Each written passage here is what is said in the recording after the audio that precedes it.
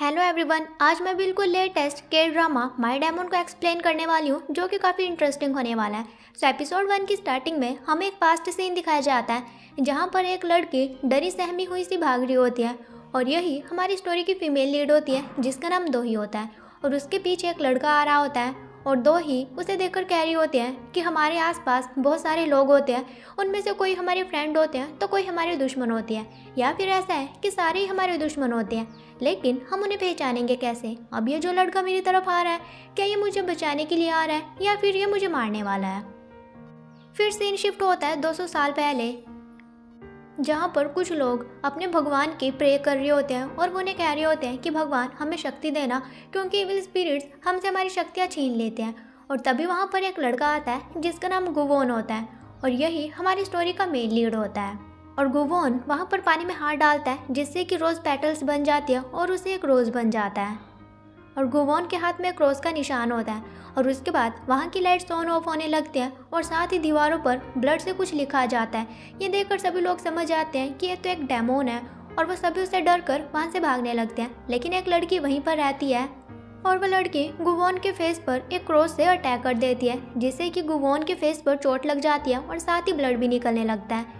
फिर गुवोन उस cross mark को उठाकर लड़की के पास जाने लगता है, लेकिन तभी उस लड़की के पास एक आदमी उसे बचाने के लिए आ जाता है। लेकिन गुवोन उस लड़के को कुछ भी नहीं कहता, वो उसे क्रॉस मार्क लौटा देता है और फिर गुवोन वहाँ से बाहर आने लगता है और वह एक चुटकी बजाता है जिससे कि वहाँ पर थोड़ी सी आग लग जाती है। और जैसे ही गुवोन वहाँ से बाहर आता है तो हम देखते हैं कि गुवोन के कॉस्ट्यूम पूरी तरह से चेंज होते हैं और साथ ही गुवोन कह रहा होता है कि यह तो बहुत ही ज़्यादा इनक्रेडिबल एक्सपीरियंस था। और गुवोन कहता है कि हमारे सिर्फ 3 दुश्मन होते हैं, पहले तो हम खुद ही जो कि अपनी लेजीनेस से खुद को वीक बना लेते हैं, और दूसरा हमारा संसारिक जीवन जो कि हमें बाहर से पूरी तरह से ख़त्म कर देता है, और तीसरा and most important evil spirits जो कि इस दुनिया में एग्जिस्ट करते हैं।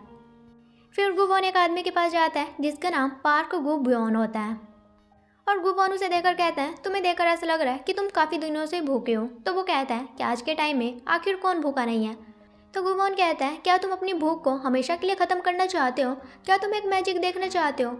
तो पार्क कहता है कि आखिर तुम हो कौन। तो गुवोन एक चुटकी बजाता है और इस चुटकी से समुद्र में बहुत सारी मछलियाँ उछलने लगती हैं। ये देखकर पार्क बहुत खुश होता है और वो गुवोन को कहता है कि कहीं तुम गोबलिन तो नहीं हो। तो गुवोन कहता है तुम्हारी हिम्मत कैसे हुई मुझे गोबलिन से कंपेयर करने की, वो तो एक बहुत बुरी आत्मा है। तो पार्क कहता है क्या तुम ड्रैगन किंग हो। तो गुवोन कहता है मैं उस बूढ़े आदमी जैसा तो बिल्कुल भी नहीं हूँ। तो पार्क कहता है कहीं तुम 9 टेल फॉक्स तो नहीं हो। तो गुवोन कहता है वो तो बिल्कुल भी नहीं, वो तो पूरी तरह से फर से घिरा होता है और साथ ही उसमें से कुत्ते जैसी स्मेल आती है। पार्क कहता है तो फिर तुम हो कौन। तो गुवोन कहता है मैं एक डेमोन हूँ जिसे कि इंसान पाताल लोक का राक्षस भी कहते हैं। ये सुनकर पार्क को उसकी बात पर यकीन नहीं होता और कहता है लगता है मैं दिन में सपने देख रहा हूँ। और तभी समुद्र से एक मछली पार्क की तरफ आने लगती है और पार्क उसे कैच कर लेता है। ये देखकर वो बहुत खुश होता है और वो गुवोन को कहता है कि क्या तुम सच कह रहे थे। तो गुवोन कहता है कि हाँ बिल्कुल, और वो उसे कहता है कि अगर तुम पूरी उम्र भूखा नहीं रहना चाहते तो तुम्हें मेरे साथ एक डील करनी पड़ेगी, जो डील 10 सालों के लिए रहने वाली है। तो पार्क कहता है मुझे क्या करना पड़ेगा। तो गुवोन कहता है 10 सालों तक तुम बिल्कुल भी भूखे नहीं रहने वाले हो, लेकिन 10 साल के बाद मैं तुमसे तुम्हारी लाइफ ले लूँगा, मतलब कि 10 साल के बाद तुम मरने वाले हो और तुम हेल में जाने वाले हो। तो पार्क कहता है कि इस टाइम मेरी जैसी कंडीशन है, मुझे नहीं लगता कि हेल इससे बदतर होगा, तो मैं हेल में जाना पसंद करूँगा, मुझे ये डील मंजूर है। तो गुवोन कहता है उसके लिए तुम्हें डील कॉन्ट्रैक्ट पर साइन करना पड़ेगा और पार्क उस पर साइन कर देता है और फिर गुवोन वहाँ से चला जाता है और जाते समय वो कॉन्ट्रैक्ट को पीछे की तरफ फेंकता है और वो जल जाता है। फिर सीन शिफ्ट होता है प्रेजेंट में, यानी कि 2023 में, जहाँ हम देखते हैं कि एक CEO अवार्ड सेरेमनी चली हुई होती है और वहाँ हम दोही को देखते हैं जो कि हमारी स्टोरी की हीरोइन होती है। और तभी उसके पास एक लड़का आता है, उसे लगता है कि दोही शायद वेट्रेस है। तो वो दोही को कहता है कि क्या तुम यहाँ पर पार्ट टाइमर हो, और वो उसे कहता है कि मैं तुम्हें ट्रीट देना चाहता हूँ। तो दोही कहती है भला तुम मुझे ट्रीट क्यों देना चाहते हो। तो वो लड़का कहता है तुम्हारा स्ट्रगल देखकर मुझे बहुत ज़्यादा हर्ट हो रहा है, तो मैं तुम्हें खुद से ट्रीट देना चाहता हूँ। और वो दोही से उसका नंबर मांगता है और साथ ही वो उसे अपना बिजनेस कार्ड देता है। और दोही कहती है कि ये मेरा सेक्रेटरी का नंबर है, अगर तुम्हें इन्वेस्टमेंट से लेकर कोई इंक्वायरी है तो तुम उससे बात कर सकते हो। और ये सुनकर वो लड़का तो चुप ही रह जाता है। और साथ ही दोही कहती है कि रही बात मेरे बिल्स पे करने की, अगर तुम मेरे बिल्स पे करने लगे ना तो उन्हें पे करते करते तुम्हारे सर के बाल उतर जाएंगे, तो ये देखकर मुझे बहुत हर्ट होगा।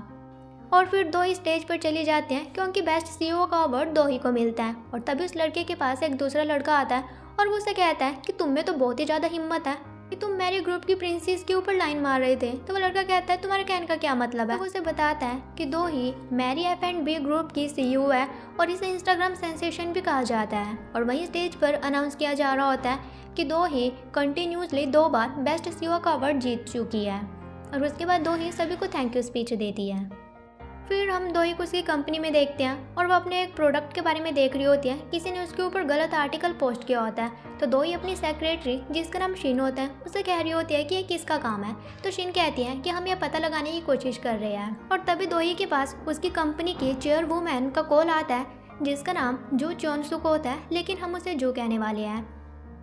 और इस कंपनी की चेयरवुमैन ने दो ही को अडॉप्ट किया हुआ होता है क्योंकि दो ही ने 11 साल की उम्र में ही अपने पेरेंट्स को खो दिया था। और जो हॉस्पिटल में होती है और वो दो ही को कह रही होती है कि मैं अपना ट्रीटमेंट अच्छे से करवा रही हूँ और मैंने तुम्हारे लिए ब्लाइंड डेट सेट की हुई है तो तुम्हें उसमें जाना पड़ेगा।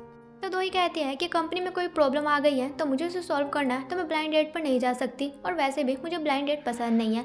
तो जो कहती है फिर तो मुझे भी अपने टेस्ट करवाना पसंद नहीं है, मुझे भी नहीं करवानी चाहिए। तो दो ही कह देती है अब ये तुम्हारे ऊपर है कि तुम्हें ब्लाइंड डेट में जाना है कि नहीं और तुम मेरा ट्रीटमेंट होते हुए देखना चाहती हो कि नहीं। तो दो ही कहती है कि हाँ ठीक है मैं चली जाऊंगी। और फिर जो फ़ोन कट कर देती है। और फिर दो ही सेक्रेटरी शिन को कहती है पता नहीं मुझे ये सब कुछ कब तक करना पड़ेगा जबकि मुझे ब्लाइंड डेट पसंद भी नहीं है। तो शिन कहती है कि आप बस कुछ भी नहीं करना, वहाँ पर 30 मिनट के लिए डोल की तरह बैठी रहना। फिर सीन शिफ्ट होता है और हम गुवोन को देखते हैं जो कि अपने प्लेस पर होता है और उसने वहाँ पर बहुत सारी क्लॉक वॉच लगाई हुई होती है, लेकिन असलियत में वो क्लॉक वॉच नहीं होती बल्कि उन लोगों का लाइफ टाइम होता है जिनसे गुवोन ने डील की हुई होती है। फिर हम एक आदमी को देखते हैं और उसके पास उसका सेक्रेटरी आता है और वो उससे काम से रिलेटेड बात कर रहा होता है। उसका बॉस उसे कहता है कि हाँ मैं इसे संभाल लूँगा, अभी तुम बाहर जाओ। तो उसका सेक्रेटरी बाहर जाकर बैठ जाता है और वहाँ पर उनके आदमी उसके सेक्रेटरी की भी पूरी तरह से सेवा पानी कर रहे होते हैं। और तभी उनके बॉस के पास गुवोन आ जाता है जिसे देखकर वो काफ़ी घबरा जाता है और गुवोन उसे कॉन्ट्रैक्ट दिखाते हुए कहता है कि कहीं तुम इसके बारे में भूल तो नहीं गए। तो वो आदमी कहता है कि क्या आज ही वो दिन है। तो गुवोन कहता है इतना इम्पोर्टेंट दिन तुम कैसे भूल सकते हो, क्या मैंने ही जिम्मेदारी ली हुई है ये सब कुछ याद करने की। तो वो कहता है कि मैं मरना नहीं चाहता, क्या तुम्हें पता भी है कि मैं यहाँ तक कैसे पहुँचा हूँ। तो गुवोन कहता है मैं कैसे भूल सकता हूँ, आखिरकार मैंने तो तुम्हें यहाँ तक पहुँचाया है। और वो आदमी मेजर टाइमर से गुवोन के ऊपर अटैक करने की कोशिश करता है लेकिन गुवोन उसे तो हवा में ही उड़ा देता है। और वो आदमी गुवोन को कहता है कि प्लीज़ मैं भी मरना नहीं चाहता, क्या तुम इस कॉन्ट्रैक्ट को बढ़ा नहीं सकते या फिर हम एक न्यू कॉन्ट्रैक्ट नहीं बना सकते। तो गुवोन कहता है कि ऐसा नहीं होता। तो वो आदमी कहता है कि मैं अपनी लाइफ के बदले तुम्हें किसी और की 100 लाइफ भी दे सकता हूँ। तो गुवोन कहता है मैं अपनी जॉब से इसलिए प्यार करता हूँ क्योंकि मेरी जॉब सभी के लिए फेयर है। लेकिन वो आदमी तो अड़ ही जाता है और वो अपनी लाइफ देने के लिए मान ही नहीं रहा होता है। तो गुवोन उसे उठाकर दूर पटक देता है। तो उसकी आवाज़ बाहर उनके सेक्रेटरी को तो सुनाई देती है। तो वो बाहर से देखते हैं लेकिन उन्हें कुछ भी दिखाई नहीं देता और उन्हें लगता है कि सब कुछ सही चल रहा है। और वहीं वो आदमी गुवोन को कह रहा होता है कि मुझे सांस नहीं आ रही है। तो गुवोन कहता है कि तुम्हारी जान हार्ट अटैक से जाने वाली है। और फिर गुवोन उसे उसकी लाइफ छीन लेता है और गुवोन वहाँ से जाने लगता है। तभी वहाँ पर उस आदमी का सेक्रेटरी और उसके आदमी आ जाते हैं और सेक्रेटरी गुवोन को वहाँ से जाते हुए देख लेता है। और उस आदमी के मरने के साथ ही गुवोन की जगह पर उसकी जो लाइफ टाइम वॉच होती है वो भी जल जाती है। फिर सीन शिफ्ट होता है, हम दो ही को देखते हैं जो कि अपनी ब्लाइंड डेट से मिलने के लिए एक रेस्टोरेंट में आती है और रेस्टोरेंट का वर्कर उसे कहता है कि इस रेस्टोरेंट को पहले से ही किसी ने बुक कर लिया है। तो दो ही खुद से कहती है मुझे लगता है कि चेयरवुमैन जो ने उसे कह दिया कि आज मेरा बर्थडे है तो उसने पूरा रेस्टोरेंट ही बुक कर लिया। तो दो ही उसे कहती है कि जिसने ये रेस्टोरेंट बुक किया है मैं उसकी गेस्ट हूँ। तो वो कहता है कि ठीक है। फिर दो ही अपनी ब्लाइंड डेट से मिलती है जो कि न्यूज़पेपर पढ़ रहा होता है। तो दो ही उसे कहने लगती है मैं तुम्हें पहले ही बता दूं कि मैंने अपने काम से शादी की हुई है और मुझे लड़कों में बिल्कुल भी इंटरेस्ट नहीं है। और तभी वो लड़का अपना न्यूज़पेपर नीचे करता है तो हम देखते हैं कि कोई और नहीं बल्कि गुवोन होता है। और गुवोन के हैंडसम फेस को देखकर दो ही तो चुप ही रह जाती है। तो गुवोन कहता है तुमने जिससे भी शादी की हुई है और तुम्हें लड़कों में इंटरेस्ट है कि नहीं इससे मुझे क्या लेना देना है। और रही बात अगर तुम्हें अपनी पर्सनल इन्फॉर्मेशन मुझे देनी ही है तो मैं प्रेफर करता हूँ कि तुम्हें मुझे अपने बैंक अकाउंट का पासवर्ड देना चाहिए। ये सुनकर दो ही स्माइल करते हैं और वो कहते हैं कि क्या हम स्कूलमेट्स हैं या फिर तुम मेरे एक्स रह चुके हो। तो गुवोन कहता है कि नहीं। तो दो ही कहते हैं तो फिर तुम्हें मेरे सामने थोड़े मैनर्स दिखाने चाहिए। तो गुवोन कहता है मैं तो सभी के साथ ऐसा ही हूँ। फिर दो ही वहाँ से उठकर जाने लगती है, लेकिन तभी उसके पास चेयरवुमन जो का मैसेज आता है और वो कहते हैं कि तुम्हें अपनी ब्लाइंड डेट पूरी कंप्लीट करके ही वापस आना है। तो ये सुनकर दो ही 30 मिनट का टाइमर सेट करके अपने फ़ोन को जोर से टेबल पर रखती है। तो गुवोन उसे कहता है, मैंने ये पूरा रेस्टोरेंट इसलिए बुक किया हुआ है क्योंकि मैं यहाँ पर शांति से खाना खाना चाहता हूँ। अगर तुम शांति नहीं बनाए रख सकती तो कहीं और चली जाओ। तो दोही कहती है, अगर तुम्हें मुझसे इतनी प्रॉब्लम है तो तुम ही कहीं और चले जाओ। फिर हम किसी दूसरे रेस्टोरेंट में एक आदमी को देखते हैं जो कि दोही के बारे में देख रहा होता है। वहीं हम गुवोन को देखते हैं जिसने कि अपनी प्लेट में खाने से सिंबल बनाया होता है। तो ये देखकर दोही कहने लगती है कि ये कैसी बच्चों वाली हरकतें हैं। तो गुवोन कहता है, तुम्हें देखकर लग नहीं रहा है कि तुम अपने मन से यहाँ पर खाना खाने के लिए आई हो। अगर तुम यहाँ पर नहीं बैठना चाहती तो तुम यहाँ से जा भी तो सकती हो, तुम खुद को फोर्स क्यों कर रही हो। तो दोही कहती है कि मुझे ऊपर से ऑर्डर दिए गए हैं और उसकी बात को मैं कभी टाल नहीं सकती। तो गुवोन को लगता है कि कहीं ये भगवान के बारे में बात तो नहीं कर रही है। तो गुवोन उसे कहता है कि आखिर तुम हो कौन। तो दोही उसे अपना बिजनेस कार्ड देती है और गुवोन देखता है कि उसका नाम दोही है और फिर वो गुवोन के आगे अपना हाथ करती है। तो गुवोन उसे उसका बिजनेस कार्ड वापस देने लगता है। तो दोही कहती है कि मैं अपना नहीं बल्कि तुम्हारा बिजनेस कार्ड मांग रही हूँ। तो गुवोन कहता है, मैं तुम्हारी तरह अपनी पर्सनल इन्फॉर्मेशन किसी को भी नहीं देना चाहता। तो दोही कहती है कि हम दोनों को यहाँ पर भेजा गया है तो एटलीस्ट हमें एक दूसरे के बारे में पता तो होना ही चाहिए। तो गुवोन उसे अपना बिजनेस कार्ड दे देता है और दोही देखती है कि उसका नाम गुवोन होता है जो कि सुनवोल फाउंडेशन से होता है। और वो कहती है कि तुम्हारे नाम का मतलब मोक्ष है, लेकिन तुम्हारे ऊपर यह नाम बिल्कुल भी सूट नहीं करता। तो गुवोन उसे बताने लगता है कि हमारा फाउंडेशन ट्रेडिशन को सपोर्ट करता है, like tradition artist, dancers and musicians. तो दोही कहती है, लेकिन मैं ट्रेडिशन नहीं बल्कि मैं तो मॉडर्न लाइफस्टाइल पसंद करती हूँ। तो दोही उसे कहती है कि हमारी डेट ने सही से काम नहीं किया, ये बताने के लिए हमें एक अच्छा एक्सक्यूज चाहिए। तो तुम ये कह देना कि मेरी ब्यूटी को देखकर तुम पागल ही हो गए थे और तुम मेरी ब्यूटी को हैंडल नहीं कर सकते। तो गुवोन कहता है, आखिर तुम मेरे साथ क्या करने की कोशिश कर रही हो। तो दोही कहती है, मुझे लगता है कि तुम्हें मेरे बारे में कुछ भी नहीं बताया गया, बस तुम्हें पागल बनाकर यहाँ पर भेज दिया गया है। तो गुवोन कहता है, मैं कुछ समझा नहीं, आखिर यहाँ पर चल क्या रहा है। तो दोही कहती है कि हम दोनों ब्लाइंड डेट पर आए हैं। तो गुवोन कहता है कि डेट पर आए हैं मतलब कि भगवान हम दोनों की सेटिंग करवाना चाहती है। ये सुनकर दोही हंसने लगती है और कहती है कि क्या तुम मेरी चेयरवुमन जो को भगवान कह रही हो। तो गुवोन कहता है, क्या तुम किसी इंसान की बात कर रही थी। तो दोही कहती है कि ऑफ कोर्स। इस पर गुवोन भी हंसने लगता है और कहता है, मैं तो कुछ और ही समझा था। और साथ ही वो उसे कहता है कि तुम पहले इंसान हो जिसने कि मुझे नर्वस ही कर दिया था। तो दोही कहती है कि मेरा टाइम खत्म हो चुका है, अब मैं जा रही हूँ। फिर दोही वहाँ से जाने लगती है और तभी वहाँ पर उस आदमी का सेक्रेटरी और लोग आ जाते हैं जिसकी लाइफ गुवोन ने ले ली थी। और साथ ही वहाँ पर एक वेटर केक लेकर आ रहा होता है और उन लोगों से वेटर को धक्का लग जाता है जिससे कि वो केक दोही के ऊपर गिरने ही वाला होता है। लेकिन गुवोन दोही को संभाल लेता है और साथ ही वो उस केक को अपने दूसरे हाथ पर ले लेता है। और गुवोन दोही को कहता है कि ये केक तुम्हारे बहुत ही क्लोज था। और गुवोन को इस तरह से देखकर दोही काफ़ी चौंक जाती है और वह रेस्टरूम में चली जाती है। और वहीं गुवोन खुद से ही कहता है कि फाइनली मैंने अपने केक को बचा लिया, मतलब कि उसने दोही को नहीं बल्कि अपने केक को बचाया था। और फिर वो उस केक को लेकर बैठ जाता है जो वहाँ पर आदमी आए हुए होते हैं और वो गुवोन को कहते हैं कि तुमने हमारे बॉस के साथ क्या किया है। तो गुवोन कहता है, पहले मुझे आराम से ये केक खाने दो, ये मेरा फेवरेट है, उसके बाद मैं तुम लोगों के साथ डील करता हूँ। और जैसे ही गुवोन इस केक को खाने लगता है तो वो आदमी गुवोन से उसका चम्मच नीचे गिरा देते हैं और वो पूरी तरह से उस केक को ख़राब कर देते हैं। ये देखकर गुवोन को बहुत ही ज़्यादा गुस्सा आता है। वहीं हम दोही को देखते हैं जो कि बहुत ही ज़्यादा ब्लश कर रही होती है और वो कह रही होती है कि गुवोन बहुत ही ज़्यादा रूड लग रहा था, लेकिन वो बहुत ही ज़्यादा काइंड हार्टेड है, उसने मेरे बर्थडे के लिए मेरे लिए केक भी मंगवाया हुआ था। और फिर वो खुद को मिरर में देखकर कहते हैं कि दोही तुम इतना ज़्यादा ब्लश क्यों कर रही हो, कहीं तुम पागल तो नहीं हो गई हो। वहीं हम गुवोन को देखते हैं और वो उन आदमियों को कहता है, मैंने तुमसे कहा था ना कि थोड़ी देर रुक जाओ, मैं तुमसे डील करने ही वाला था, लेकिन शायद तुम्हें भी शांति बर्दाश्त नहीं होती। और फिर सेक्रेटरी अपने आदमियों को गुवोन को मारने के लिए कहता है। तभी एक आदमी गुवोन को मारने के लिए बढ़ता है, लेकिन गुवोन उस आदमी को वहाँ से गायब कर देता है और उसे न्यूज़पेपर के अंदर डाल देता है। ये देखकर वो सभी आदमी बहुत ही ज़्यादा घबरा जाते हैं। उसके बाद दूसरा आदमी गुवोन के ऊपर अटैक करने की कोशिश करता है, गुवोन उसे भी गायब करके न्यूज़पेपर के अंदर डाल देता है। उसके बाद गुवोन न्यूज़पेपर से सभी आदमियों के ऊपर अटैक करता है और उन सभी को न्यूज़पेपर के अंदर डाल देता है।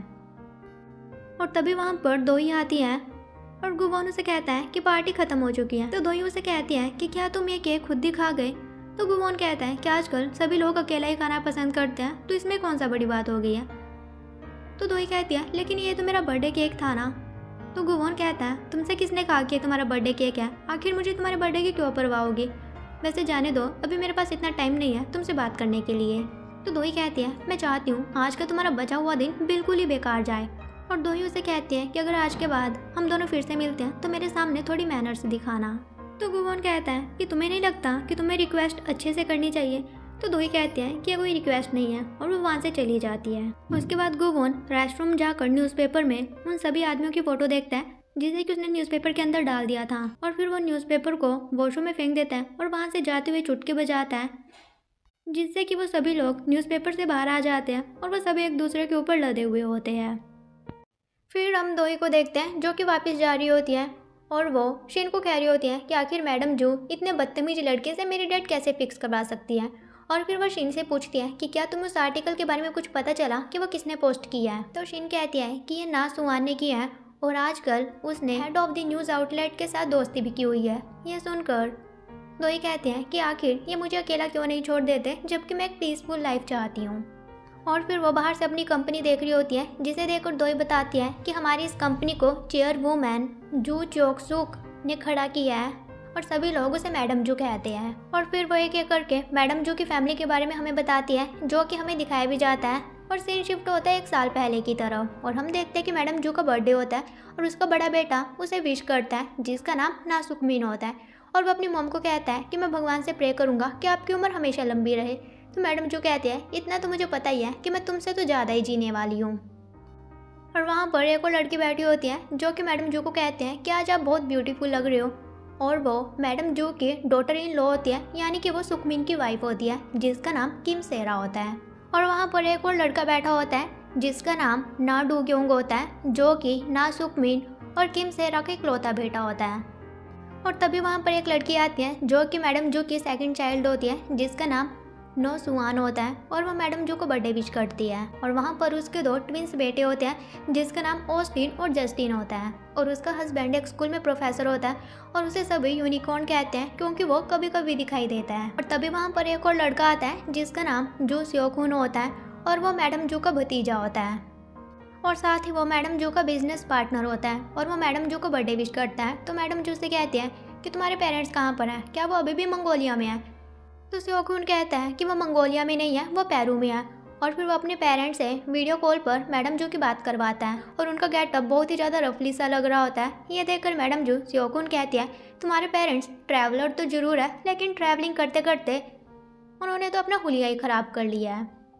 फिर फोटोग्राफर उन्हें कहता है कि सभी लोग यहाँ पर आ गए हैं, चलो फ़ोटो लेते हैं। तो मैडम जून से पूछती है कि दोही कहाँ पर है। तो साउंड कहती है कि बिजी शेड्यूल की वजह से वो शायद यहाँ पर आ नहीं पाएगी, और वैसे भी फैमिली के सभी लोग तो यहाँ पर प्रेजेंट है ना, तो हमें फ़ोटो ले लेनी चाहिए।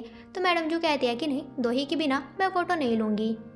और तभी वहाँ पर भागते हुए दोही आ जाती है, जिसे देखकर मैडम जू काफ़ी खुश होती है। और दोही मैडम जू के ठीक पीछे खड़ी होती है और वो मैडम जू को कहते हैं कि फ़ोटो के लिए अब थोड़ा स्माइल कर लीजिए। और दोही बता रही होती है कि मैडम जू की फैमिली में जितने भी लोग हैं उनका पावरफुल वेपन उनकी स्माइल ही है, जो सामने से काफ़ी अच्छे बनते हैं लेकिन अपना असली रूप वो इसलिए किसी को भी नहीं दिखाते। और मुझे तो अपनी फैमिली में वो वायरस समझते हैं क्योंकि मैं मैडम जू के अडॉप्टेड चाइल्ड हूँ। और फिर फोटोग्राफर उन सभी की फ़ोटो लेता है।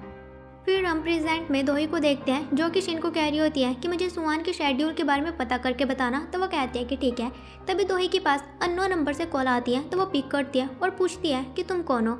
तो वो कहता है कि मैं मेरे ग्रुप फाइनेंशियल टीम का हेड तायजुन हूँ और मेरे पास एक ऐसी इन्फॉर्मेशन है जिसके बारे में मैं तुम्हें बताना चाहता हूँ।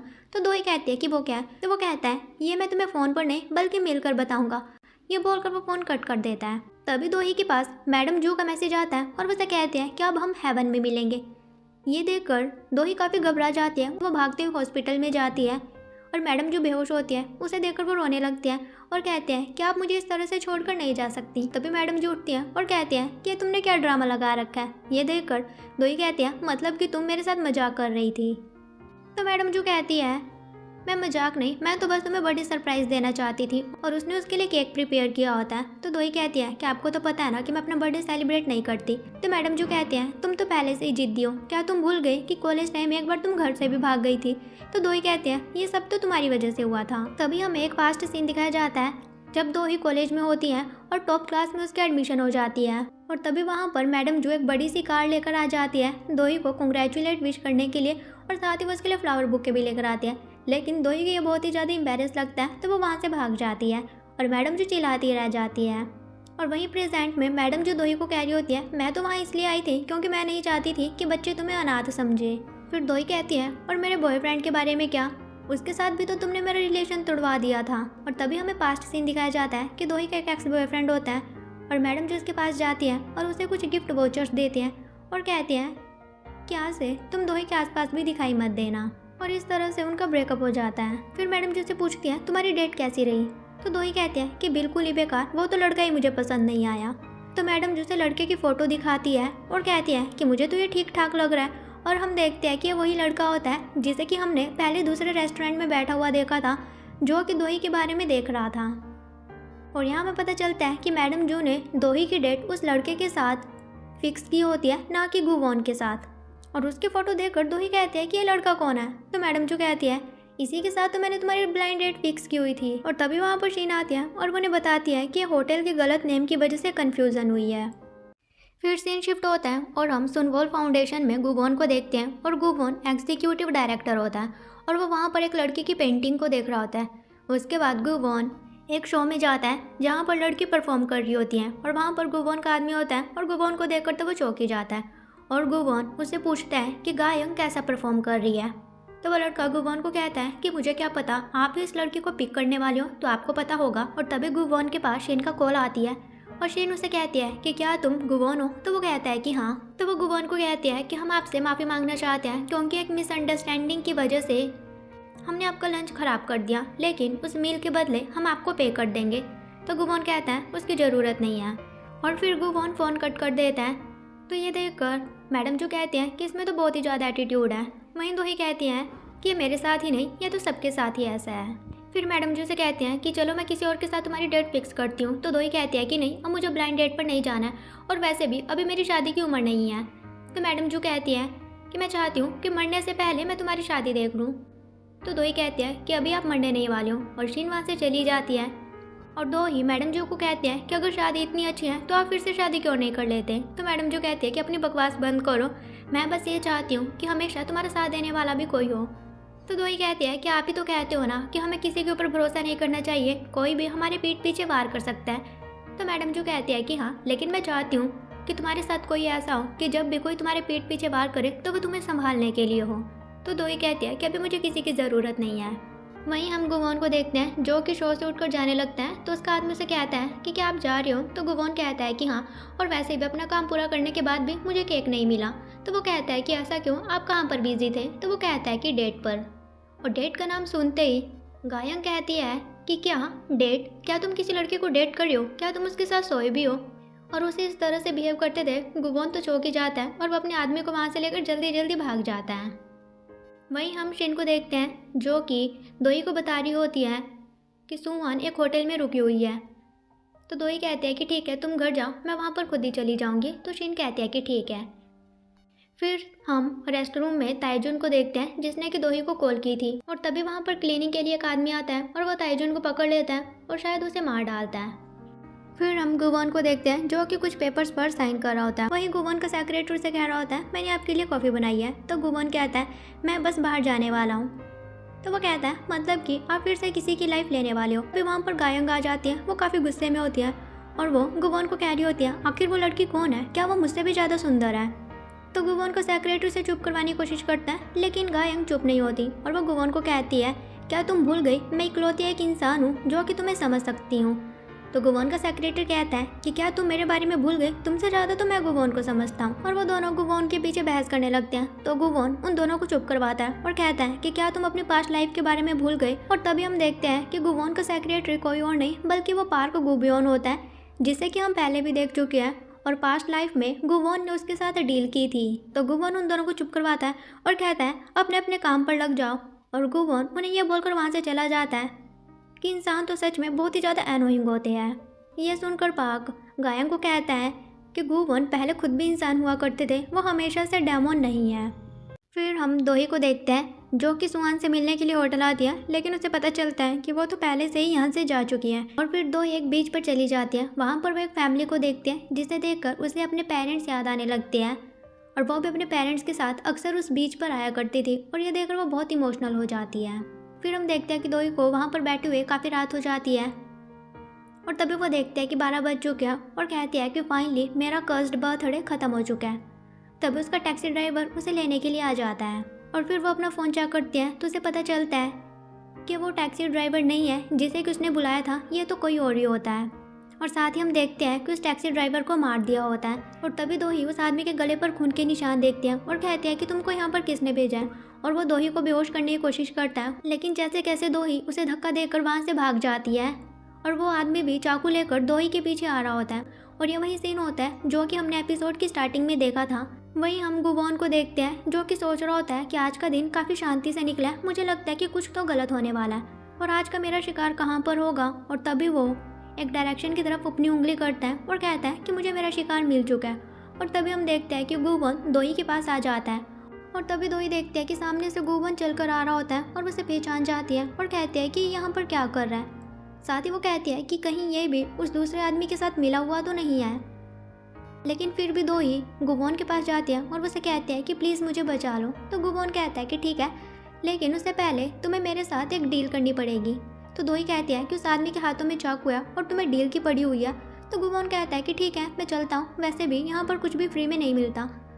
तो दोही कहती है कि ठीक है, मैं तुम्हारे साथ कोई भी डील करने के लिए रेडी हूँ, लेकिन मुझे बचा लो। तो गुवॉन कहता है कि ठीक है। दोही वहाँ से भागकर साइड में चली जाती है और गुवॉन उस आदमी को काफ़ी बुरी तरह से मारता है और वो उसे उठाकर गाड़ी में पटकता है। तो गुवॉन देखता है कि दोही डर से पुल के पास चली जाती है और वो दोही के पास आता है और वो उसे अपना हाथ देता है ऊपर आने के लिए। तो दोही भी उसका हाथ पकड़ लेती है और जैसे वो उसका हाथ पकड़ती है, गुवॉन के हाथ में जो प्लस का साइन होता है वो चमकने लगता है और तभी वो आदमी गाड़ी लेकर उनकी तरफ बढ़ने लगता है। ये देखकर दोही तो घबरा जाती है, लेकिन गुवॉन को कोई भी टेंशन नहीं होती और वो उसे रोकने के लिए चुटकी बजाता है, लेकिन उस चुटकी से कुछ भी नहीं होता और उस गाड़ी को अपनी तरफ आते हुए देखकर दोही नीचे पानी में गिर जाती है और उसे बचाने के लिए गुवॉन भी पानी में गिर जाता है और पानी में गुवॉन बेहोश हो जाता है। तो दोही ऊपर आने लगती है, लेकिन वो देखते हैं कि गुवॉन बेहोश होता है तो वो गुवॉन को भी ऊपर लेकर आने की कोशिश करती है और जैसे ही वो गुवॉन का हाथ पकड़ते हैं तो गुवॉन की कलाई पर जो प्लस का साइन होता है वो दोही की कलाई पर चला जाता है।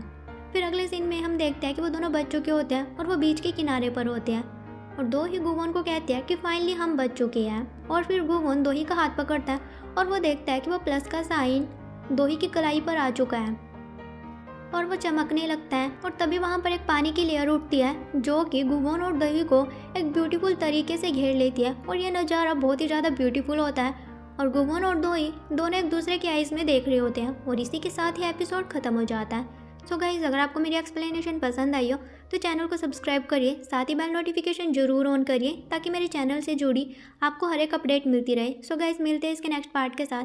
Till then take care, bye bye.